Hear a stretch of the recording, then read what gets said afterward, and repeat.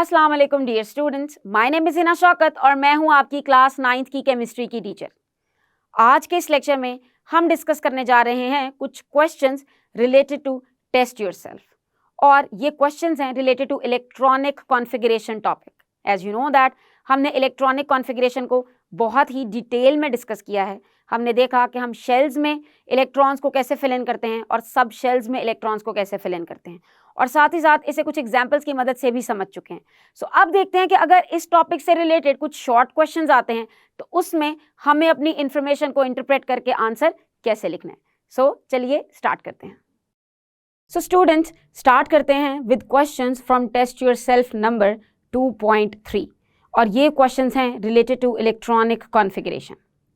Question number 1 is, how many the maximum number of electrons can be accommodated in p subshell? कि p subshell में maximum कितने number of electrons accommodate हो सकते हैं, और इसको हमने पढ़ा था when we were discussing electronic configuration in subshells, and we know that p subshell can accommodate maximum 6 electrons. अब ज़रूरी नहीं कि हमेशा आपसे क्वेश्चन p subshell के बारे में ही पूछा जाए। इस P की जगह आपसे S, D या F के बारे में भी पूछा जा सकता है। And we know that S subshell can accommodate maximum of 2 electrons and D subshell can accommodate maximum of 10 electrons. और अगर बात करें F subshell की तो F subshell can accommodate maximum of 14 electrons. So यहाँ P पूछा गया है तो P के लिए आएंगे 6 number of electrons. Let's move on to the next question, which is, how many subshells are there in second shell? कि second shell के अंदर कितने subshells होंगे? अब subshell का नंबर डिपेंड करता है नंबर ऑफ शेल पे। जो भी नंबर ऑफ शेल होगा उसमें उतने ही subshells होंगे। So we can say that there are 2 subshells in second shell। जो कि second shell है यानी कि उसका नंबर है 2, तो उसके अंदर होंगे 2 सबशेल, और वो 2 सबशेल होंगे पहले 2 सबशेल।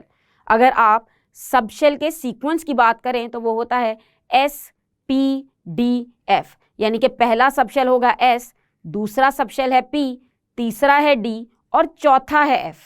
अब हम बात कर रहे हैं सेकेंड शेल की, तो सेकेंड शेल में आएंगे फर्स्ट 2 सबशेल, यानी कि S subshell and P subshell.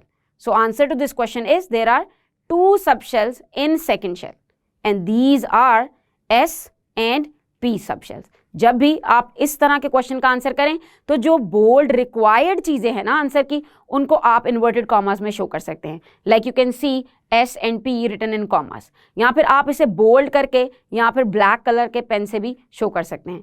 It will look more beautiful and attractive in the answer. Next question is, why does an electron first fill 2p orbital and then 3s orbital? कि पहले electron 2p orbital में क्यों आता है और 3s में क्यों नहीं आता, जबकि हम जानते हैं कि s सबशेल होता है कम एनर्जी वाला सबशेल। लेकिन इस क्वेश्चन में जो गौर करने वाली बात है वो है 2 और 3 की। 2p का मतलब ये है कि ये बिलोंग कर रहा है सेकेंड शेल से, और 3s का मतलब है ये बिलोंग कर रहा है थर्ड शेल से। And because the electrons fill the shells in order of their increasing energy level. Electrons fill होते हैं on the basis of increasing energy level, यानी कि सबसे पहले इलेक्ट्रॉन्स अकोमोडेट होंगे सबसे कम एनर्जी लेवल में, जो कि होगा न्यूक्लियस के सबसे पास यानी कि पहले शेल में। उसके बाद मूव करेंगे हायर एनर्जी लेवल्स की तरफ। अब हम कह सकते हैं कि because electrons fill the shells in order of their increasing level of energy, so the lower energy level is occupied first and then the higher one. So 2p orbital is at lower energy level. क्यों है lower energy level पे?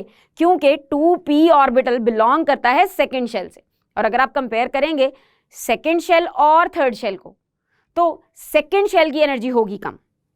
So 2p orbital is at lower energy level than 3s orbital. That's why 2p orbital will be filled first. Next question, which is question number 4, is, if both k and l shells of an atom are completely filled, how many total number of electrons are present in them, कि अगर K और L दोनों हैं completely filled तो total number of electrons क्या होंगे। अब इसके लिए हमें पता होना चाहिए कि what is the maximum capacity of K shell and what is the maximum capacity of L shell, और उन दोनों की कैपेसिटीज को जब आप ऐड करेंगे तो then you will get your answer of number of electrons. चूंकि क्वेश्चन में ये ऑलरेडी गिवन है कि ये दोनों कंप्लीटली फिल्ड हैं, सो मतलब मैक्सिमम कैपेसिटी तक इलेक्ट्रॉन्स उसमें मौजूद होंगे। सो चलिए देखते हैं कि K शेल में मैक्सिमम कैपेसिटी कितनी है, and we know K shell की मैक्सिमम कैपेसिटी है 2 इलेक्ट्रॉन्स, और मैक्सिमम कैपेसिटी फाइंड करने के लिए हमें यूज़ करना है हमारा फॉर्मूला जो कि है 2n² वाला formula, and n here represents the number of shells. अगर हम फर्स्ट शेल की बात करें जो कि K शेल है, सो अगर हम n की जगह फर्स्ट पुट करेंगे सो हमारा आंसर आएगा 2। सो इससे पता चलता है कि K शेल में है मैक्सिमम 2 इलेक्ट्रॉन्स, और L चूंकि सेकेंड नंबर का शेल है तो अगर हम 2n² वाले फॉर्मूला में L की वैल्यू 2 पुट करते हैं so we will get our answer 8, यानी कि K शेल में आएंगे मैक्सिमम 2 इलेक्ट्रॉन्स और L शेल में आएंगे maximum 8 electrons. So when we are going to add them तो हमारे पास आएंगे 10 number of electrons. So answer would be there are 10 electrons present in K and L shell in total. So we can say that there are 2 electrons in K shell and 8 electrons in L shell. Next question is how many electrons can be accommodated in M shell? अब ये question पिछले question से थोड़ा सा related है। जैसे कि हमने देखा कि what is the formula to calculate the maximum capacity of a shell, कि एक शेल में कितने मैक्सिमम नंबर ऑफ इलेक्ट्रॉन्स आ सकते हैं, उसके लिए हम यूज़ करते हैं एक फॉर्मूला विच इज़ 2n²। अब यहाँ n is equal to number of shell, और यहाँ बात हो रही है m शेल की, तो हमें पता होना चाहिए कि m शेल का नंबर क्या है। सो हम फ्लैशबैक में जाएंगे और याद करेंगे कि किस तरह से अल्फ़ाबेट्स डेजिग्नेट किए गए हैं। शेल्स को कहा गया है K L M N, मतलब K है फर्स्ट शेल, L है सेकेंड शेल, तो M के लिए N की वैल्यू है 3। सो जब हम 2n² वाले फॉर्मूला में N की वैल्यू 3 पुट करेंगे सो फिर हमें देखना है कि आंसर क्या आएगा।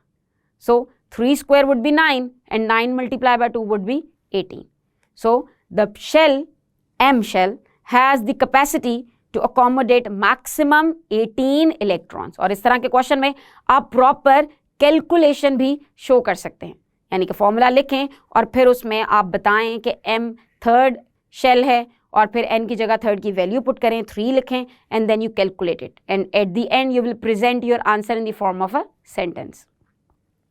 Next question is what is the electronic configuration of hydrogen atom. Hydrogen atom की इलेक्ट्रॉनिक कॉन्फ़िगरेशन क्या है, and we know that for electronic configuration हमें पता होने चाहिए नंबर ऑफ इलेक्ट्रॉन्स, और नंबर ऑफ इलेक्ट्रॉन्स बताता है उसका एटॉमिक नंबर, और हाइड्रोजन का एटॉमिक नंबर है 1। सो एक ही इलेक्ट्रॉन है, इसका मतलब वो आएगा पहले शेल में, और पहले शेल के किस सब शेल में, we know that first shell is having only 1 sub shell जो कि है S। So the electronic configuration of hydrogen atom is 1s1। Next question is what is atomic number of phosphorus? Write down its electronic configuration, कि phosphorus का atomic number क्या है। अब atomic numbers basically आप याद करेंगे आपके चैप्टर नंबर 3 में। चैप्टर नंबर 3 में atomic numbers की डिस्कशन है, डिटेल डिस्कशन है, जिसमें आप पीरियोडिक टेबल लर्न करेंगे, उसके अंदर कुछ मेजर एलिमेंट्स हैं, उनके आपको atomic number, atomic masses learn करने हैं, वहीं पे आप इन सारे एलिमेंट्स के atomic masses लर्न कर सकते हैं। So the atomic number of phosphorus is 15, यह आपको पीरियोडिक टेबल से मिलेगा और ये फिक्स्ड होता है, इसे आप और मैं चेंज नहीं कर सकते, and it's electronic configuration is 1s2, 2s2, 2p6, 3s2, 3p3। और अगर आप सुपरस्क्रिप्ट के सारे नंबर्स को काउंट करें तो आपके पास एट द एंड बनना चाहिए 15, क्योंकि सुपरस्क्रिप्ट में लिखे नंबर्स शो करते हैं नंबर ऑफ इलेक्ट्रॉन्स। सो अगर आप ऐड करें 2 + 2 + 6 + 2 + 3, सो आंसर वुड बी 15। तो जब भी आप किसी चीज़ की इलेक्ट्रॉनिक कॉन्फ़िगरेशन लिखें तो इलेक्ट्रॉनिक कॉन्फ़िगरेशन लिखने के बाद आपको उसके सुपरस्क्रिप्ट के इलेक्ट्रॉन्स को ऐड करके एक दफ़ा देख ज़रूर लेना चाहिए कि whether you are going in right direction और नॉट। और इलेक्ट्रॉनिक कॉन्फ़िगरेशन तो हम डिटेल में डिस्कस कर चुके हैं कि कैसे लिखते हैं, so I am not going to repeat it over here. अगर फिर भी इसमें आपको कोई मुश्किल हो तो आप इलेक्ट्रॉनिक कॉन्फ़िगरेशन वाला लेक्चर और उसका कॉन्सेप्ट एक दफ़ा रिवाइज कर सकते हैं। Next question is question number 8, if an element has atomic number 13 and atomic mass 27, how many electrons are there in each atom of the element? atomic number है 13 और atomic mass है 27 और पूछा है सिर्फ number of electrons के बारे में। इसकी डिस्कशन हम चैप्टर नंबर 1 में कर चुके थे। In chapter number 1 we discussed what is atomic number, what is mass number, और अगर हमें एटॉमिक नंबर और मास नंबर गिवन हो तो हम नंबर ऑफ इलेक्ट्रॉन्स, प्रोटॉन्स या न्यूट्रॉन्स किस तरह से कैलकुलेट कर सकते हैं।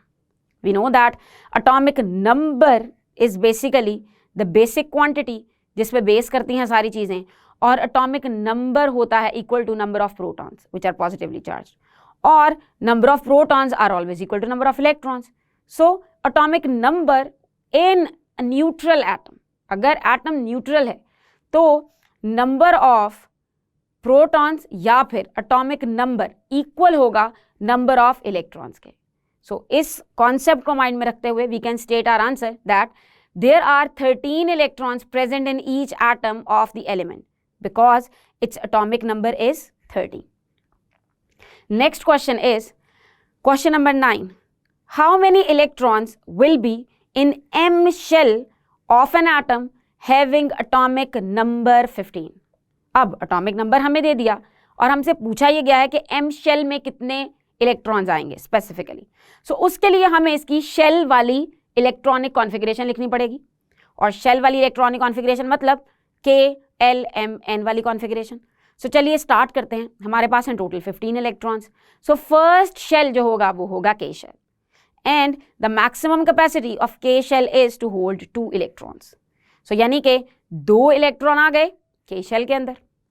अब बाकी बचे 13 इलेक्ट्रॉन्स। अब हम चलेंगे हमारे नेक्स्ट शेल की तरफ which is L shell, and L shell can hold maximum of 8 electrons. So L shell में आएंगे 8 electron. So total 10 electrons are already filled. अब जो 11th इलेक्ट्रॉन और उसके बाद आने वाले इलेक्ट्रॉन्स हैं वो जाएंगे अगले शेल में जो कि है थर्ड शेल M शेल। सो अगर हम 15 में से 10 माइनस करते हैं जो कि हम ऑलरेडी प्लेस कर चुके हैं K शेल और L शेल में, तो बाकी बचेंगे 5 electrons. So there are 5 electrons present in M shell. So इससे हमें पता चलता है कि M शेल के लिए बचेंगे कितने इलेक्ट्रॉन्स? 5 इलेक्ट्रॉन्स, और फिर हम उन्हें रिप्रेजेंट कर सकते हैं। ऐसे क्वेश्चन में बेहतर यही है कि आप K, L, M और तीनों के साथ उनके नंबर ऑफ इलेक्ट्रॉन्स को मेंशन करें ताकि क्लियर वर्किंग और प्रॉपर वे में आपका आंसर एग्जामिनर के सामने आए। Next question is, what is the maximum capacity of a shell? एक शेल की मैक्सिमम कैपेसिटी क्या होती है? अब ये थोड़ा सा वास्ट क्वेश्चन है क्योंकि शेल तो बहुत ज़्यादा हैं, 1, 2, 3, 4 ज़्यादातर जो हम पढ़ते हैं। सो मैक्सिमम कैपेसिटी के लिए हमें यूज़ करना है एक फॉर्मूला। सो चलिए देखते हैं वो कौन सा फॉर्मूला है।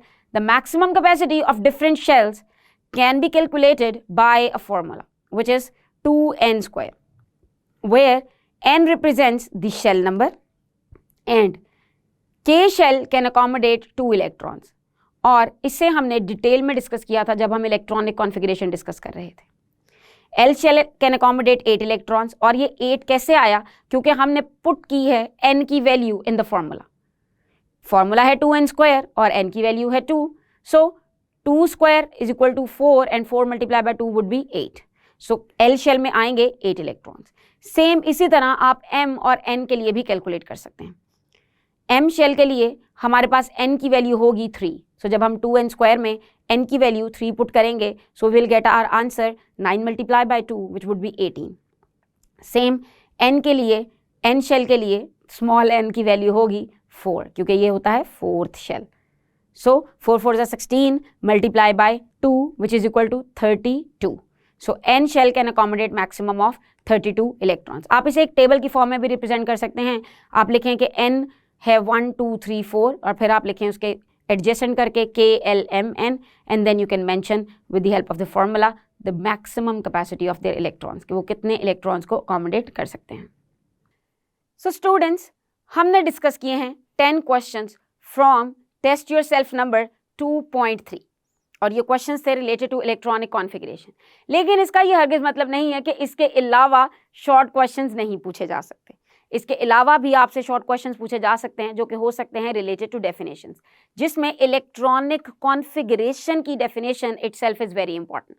और इसके अलावा पूछा जा सकता है what is a shell, what is a sub shell, या फिर एक स्ट्रेट क्वेश्चन भी पूछा जा सकता है difference between shell and sub shell, और आपसे कोई भी एटम या फिर आयन दे के उसकी इलेक्ट्रॉनिक कॉन्फ़िगरेशन लिखने का कहा जा सकता है।